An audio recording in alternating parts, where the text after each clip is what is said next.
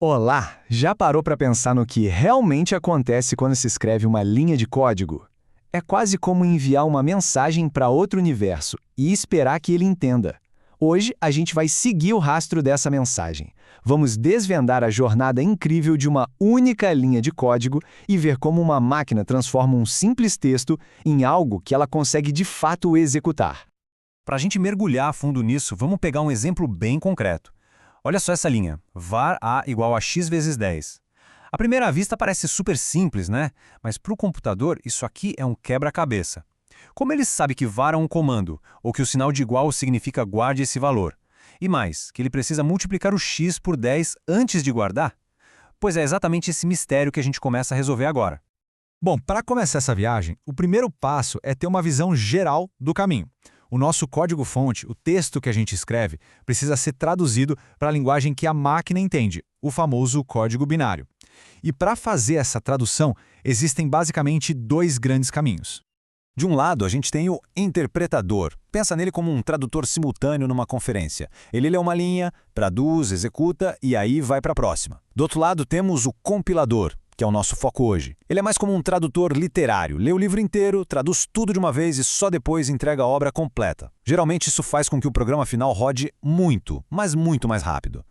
E o trabalho do compilador não é só um passo não, é uma verdadeira linha de montagem. Começa com o pré-processamento, que busca códigos externos. Depois vem a compilação, que transforma nosso código em assembly, uma linguagem de mais baixo nível. Aí, a montagem transforma o assembly em código de máquina de verdade. E por fim, a ligação junta todas as peças para criar o arquivo executável. A gente vai focar na etapa que é o coração de tudo isso, a compilação.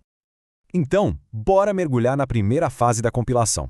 Para a gente entender uma frase em português, primeiro a gente precisa reconhecer as palavras, certo? A análise léxica faz exatamente isso. Ela pega aquela sequência de caracteres do nosso código e quebra tudo em palavras que têm algum significado. E cada uma dessas palavrinhas tem um nome técnico, lexema. No nosso exemplo, var, a, o sinal de igual, x, o asterisco, o 10 e o ponto e vírgula são todos lexemas. São basicamente os bloquinhos de montar que o compilador encontra depois que ele ignora tudo que não importa, como espaços em branco e comentários. Mas não adianta só encontrar os lexemas, né? O compilador precisa saber o que cada um é. E essa classificação se chama token. Pensa no token como uma etiqueta. Ele olha para o lexema A e coloca uma etiqueta, identificador. Ele olha para o asterisco e etiqueta, operador de multiplicação.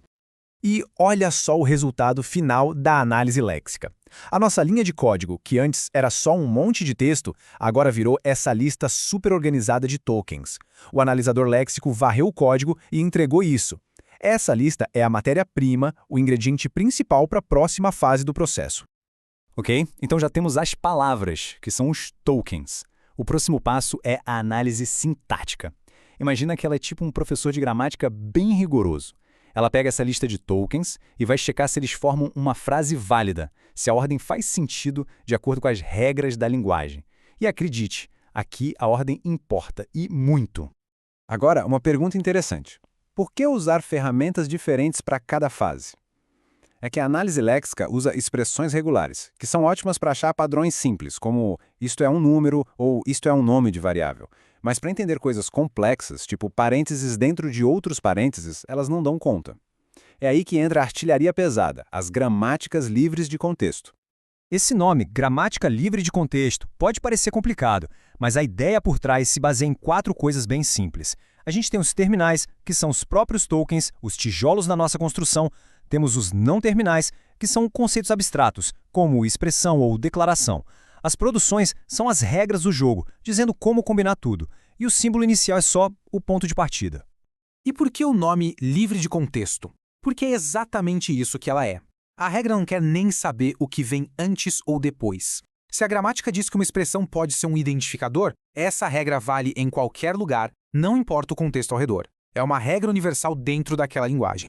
Claro, a gente sabe que nem todo código nasce perfeito, né? Na verdade, a grande maioria dos erros que uma pessoa comete ao programar pega bem aqui na análise sintática. É o verdadeiro pente fino.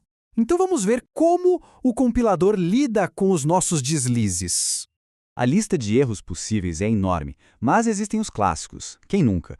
colocar tokens na ordem errada, esquecer aquele ponto e vírgula no final da linha, ou o campeão de todos, abrir um parêntese e esquecer de fechar. Um analisador sintático é o guardião que barra essas coisas e avisa que a estrutura está errada. Antigamente, o compilador era meio dramático, achava um erro e parava tudo. Hoje, eles são bem mais espertos. Uma das táticas é o modo pânico. Quando ele acha um erro, ele basicamente ignora o que vem a seguir até encontrar algo que faça sentido de novo, como um ponto e vírgula. Assim, ele consegue continuar analisando e pode te mostrar vários erros de uma vez só, o que ajuda bastante. Muito bem.